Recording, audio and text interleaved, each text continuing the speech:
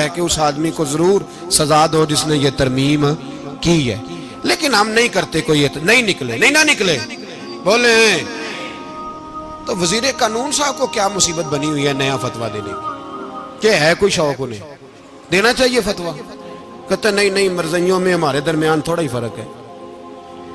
مجھے یوں لگتا ہے کہ یہ جان بوجھ کر کوئی نہ کوئی ایسی شرارت کرتے ہیں جس سے لوگ اشتعال میں رہیں، جان بوجھ۔ حلم، حوصلہ، صبر ذات کے بارے میں تو ہے، لیکن اگر کوئی رسول پاک کی بے ادبی کرے تو پھر حوصلے کی بات ہے ہی نہیں، پھر تو جہاد کی بات ہے۔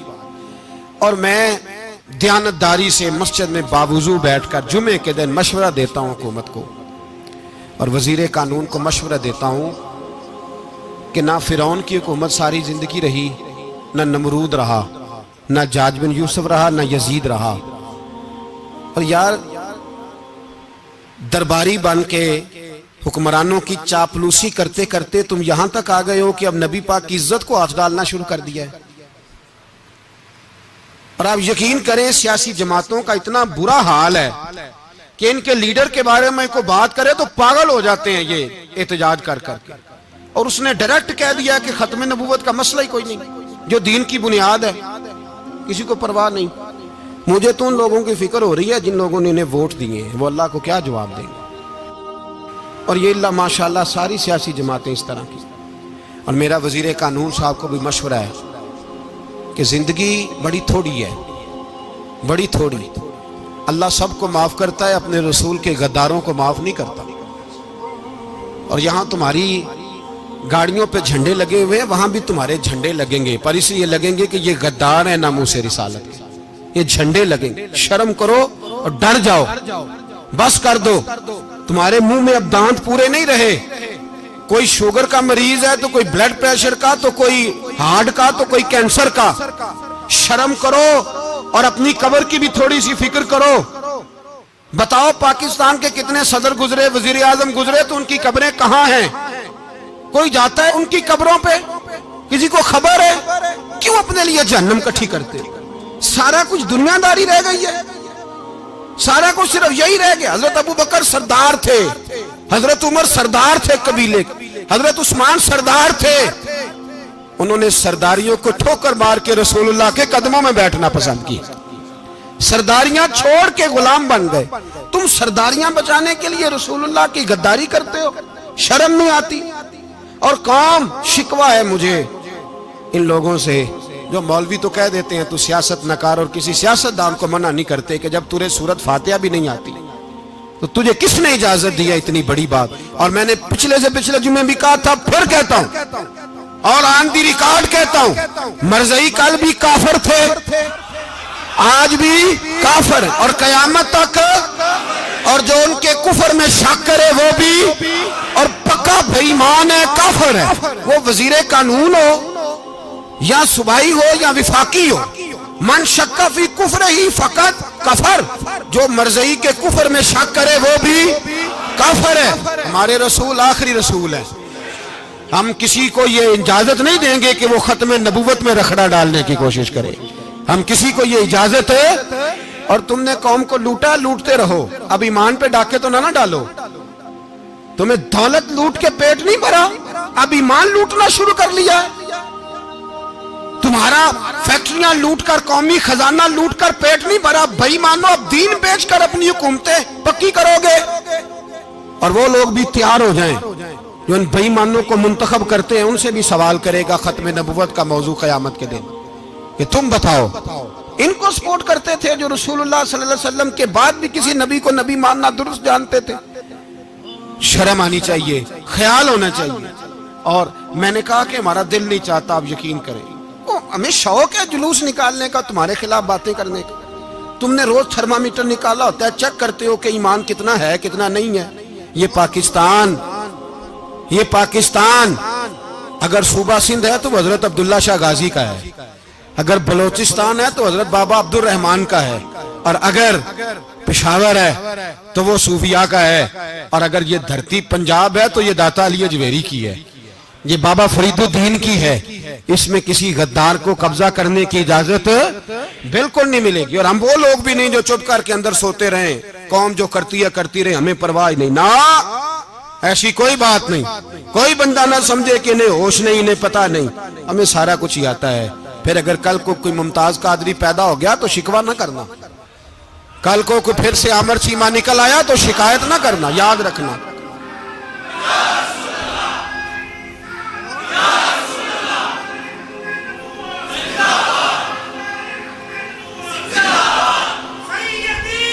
تو میرے بھائی کھول کے بولے یا نبی رسول کے صلی اللہ. تو یہ مشورہ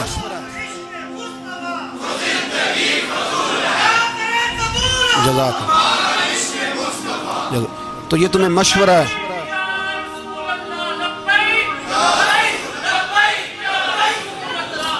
میری بات سنیں, یاد رکھیں, یہ لوگ بعد میں پچھتاتے ہیں, پھر مناظرے کراتے پھرتے ہیں, اس نے صحیح کیا کہ غلط کیا, پھر انہیں ہوش آتی ہے بعد میں, پھر ان کے ہواری نکل نکل کے میدانوں میں دلیلیں دیتے ہیں. اس لیے ہمارا مشورہ ہے انہیں کہ یہ اپنی حد میں رہیں, اور جو کام تمہارے ذمہ, میں نے کہا نا تم نے بڑا لوٹا, یہ قوم روز تمہیں موقع دیتی ہے لوٹنے کا, یہ موقع دیتی ہے, تو تم نے دولت لوٹ کے پیٹ نہیں بھرے, اب ایمان لوٹنے کے چکر میں آ گئے ہو. یاد رکھو, مسلمان گناہگار ہیں, غدار نہیں ہیں. تمہیں دولت لوٹنے کا تو شاید موقع مل گیا ہے, پر ایمان لوٹنے کا موقع نہیں ملے گا. تو اس لیے اس کو لگام دو. اور ویسے بھی کتا جو پالتو ہوتا ہے نا, اس کو گھر کے اندر سنگلی سے باندھ کے رکھنا چاہیے. یہ تمہارے بوٹ چاٹتے ہیں, بھونکتے ہیں, تمہارے حق میں وزارتیں لیتے ہیں. ہم نے تو کوئی وزارت نہیں لی تم سے, اور نہ ہمیں شوق ہے. اس لیے کہ ممبری کیا کرنی ہے جس کو ممبر رسول عطا کر دیا جائے, اس نے کیا کرنی ہے یہ ممبریاں جس کو پکا پکا ممبر رسول دے دیا جائے. تو اس لیے اس سے باہر آؤ. میں نے کہا بڑے بڑے نمرود, فرعون, قارون دفن ہے, تمہارا بھی نام تک نہیں ہوگا, بالکل نام نہیں ہوگا. اس لیے ہمارا مشورہ, اور آپ لوگ بھی آئے نا یہ اگلے سال, تو ان کو کھڑا کر کے پوچھ لینا, اسلامی جمہوریہ پاکستان کا تم نے MPM میں نے بننا ہے, پہلا کلمہ ہی صحیح سنا دو. چلو خدا کا واسطہ یہی بتا دو کہ تمہیں نماز بھی ڈھب سے آتی ہے کہ نہیں. اور آپ کی موج ہے, آپ بٹھا لیتے ہیں سر پہ, کیا کریں, سمجھانے والے مفت گناہگار ہو گئے اور بہکانے والے سب تمہارے یار ہو گئے. اس لیے یہ چھیڑتے ہیں جان بوجھ کے. اور پھر جب کوئی ممتاز قادری علیہ رحمہ پیدا ہوتے ہیں, پھر انہیں دشواری ہوتی ہے, پھر ان کا جینا مشکل ہو جاتا ہے. یہ موقع دیتے ہیں, پتہ نہیں کس کے ایجنڈے پہ عمل کر رہے ہیں. میرا سوال یہ ہے, میں نے پچھلے جمعے پھر میرا سوال ہے کہ میں پوچھتا ہوں, اس آدمی کو ضرورت کیا ہے ختم نبوت پر بات کرنے, جب امت مسلمہ کے متفق کا فیصلہ ہے کہ مرزائی کافر, اسمبلی نے بل پاس کر دیا کہ مرزائی, ان کو اقلیت قرار دے دیا, اور جب سے وہ اقلیت بنے, نہ ہم نے ان کی عبادت گاہ جلائی, نہ ہم نے ان کو قبروں سے نکالا, نہ ہم نے, بس ٹھیک ہے جیسے عیسائی رہتے ہیں, یہودی سے کس ملک میں رہتے ہیں وہ بھی رہیں, اقلیت بن کے رہے, کوئی اعتراض. پر تم انہیں کھینچ کے کیوں قریب کرتے ہو, تمہارا کیا جرانہ ہے ان کے ساتھ, بتاؤ تو صحیح. ان لوگوں سے ان کو چاہیے اپنے منہ میں لگام ڈالیں, اور اگر نہیں ڈالیں گے پھر انشاءاللہ ڈالی جائے گی, اور بڑی تگڑی ڈلے گی, اور پھر ایسی ڈلے گی. سلمان تاثیر جب مرا تھا نا, تو 5-5 لاکھ روپیہ مولویوں کو آفر کی جنازہ پڑھاؤ, 5-5 لاکھ روپیہ چھوٹے چھوٹے مولویوں کو. اور داتا صاحب کی مسجد کے خطیب بھی صوبائی جو تھے, وہ خطیب تھے, ملازم تھے, انہوں نے کہا کہ ایمان نہیں بیچنا, نکالنا نوکری سے تو نکال دو. اور بادشاہی مسجد کا مولوی جس کا پتہ ہی نہیں چلتا, کبھی کدھر چلا جاتا ہے کبھی کدھر, یہاں تو وہ بھی کھڑا ہو گیا, اس نے کہا نا ایمان نہیں بیچنا. گورنر ہاؤس کی مسجد کا امام کہنے لگا کہ بخشا جانا نہ جانا یہ تو رحمت الہی کا معاملہ ہے, پر اتنا گندا جنازہ نہیں پڑھنا, اتنا گندا جنازہ نہیں ہم پڑھیں گے. مرنے کے بعد تمہارے جنازے نہیں پڑھے جاتے, تمہاری قبریں خراب ہوتی ہیں, کدھر ہیں تمہاری دولتیں. اور وہ مولوی آج تک پتہ ہی نہیں کدھر گیا جس نے اس غلیظ کا گندا جنازہ پڑھایا. تو بھائی اپنی قبر حشر کو, جب جہاں تمہارے جنازے نہیں پڑھے جا رہے تو وہاں تمہارا کیا حال ہوگا. اس لیے ان لوگوں کو چاہیے کہ اپنی زندگی اس طرح گزاریں کہ کچھ نہ کچھ منہ لے کے سرور کائنات کے پاس چلے جائیں, ورنہ ایسا نہ ہو کہ یہاں بھی پھٹکار اور وہاں بھی پھٹکار. اس لیے ہمارا مطالبہ ہے حکومت سے کہ شرم کرو, اور ایسے بھائیمانوں کو, کالے ناگ جو تم نے بھرتی کی ہوئے, ان کو نکالو. اور اگر تعریفیں کروانی ہو, تلوے چٹوانے ہو, تو اندر کمروں میں ان سے چٹوا لیا کرو. ان سے کہو کہ یہاں ہماری نوکری کرو، باہر نکل کے رسول اللہ صلی اللہ علیہ وسلم کے دین کے بارے میں گفتگو نہ کرو، اس لیے کہ اللہ تبارک و تعالیٰ نے اس دین کے اندر بڑا حسن اور بڑا جذبہ رکھا ہوا ہے، بڑا وقار ہے۔ ہمارا مطالبہ ہے حکومت سے کہ ختم نبوت کے مسئلے پر کوئی سیاستدان گفتگو نہ کرے۔ آپ تائید کرتے ہیں اس بات کی؟ اس پر کوئی سیاستدان کوئی گفتگو؟ ہمارے پاس بڑے تماشے ہیں سیاست کرنے کو، باقی تماشوں پہ سیاست کرو۔ یہ رسول اللہ کی ناموس کا معاملہ ہے، یہ چھیڑنے کی تمہیں اجازت ہو؟ مجھے سمجھ نہیں آتی یار، جب بات ختم ہو گئی، اسمبلی نے بل واپس لے لیا، تو صوبائی وزیر قانون کو آخر تکلیف کیا ہے؟ آپ کے پاس جواب ہے کوئی اس بات کا؟ یہ بات ختم ہو گئی، ہم نے جلوس نہیں نکالا، چھوڑ دیا، خاموش ہو گئے، علماء نے میٹنگیں بلائی تھی کینسل کر دی، ٹھیک ہے جی بات، اب دوبارہ سے کیوں چھیڑتے ہو؟ پھر کہتے ہیں احتجاج ہوتا ہے، شور ہوتا ہے، تم خود ایسی حرکتیں کرتے ہو جس سے افراتفری پیدا ہوتی ہے۔ یہ ملک رسول اللہ کے نام پہ بنا ہے، اور قیامت تک یہاں وہی ہوگا جو میرے رسول پاک صلی اللہ علیہ وسلم کی رضا ہوگی، اور نبی پاک کے قانون کے خلاف کوئی قانون یہاں چل سکتا؟ اللہ ہمیں سمجھنے کی توفیق عطا فرمائے۔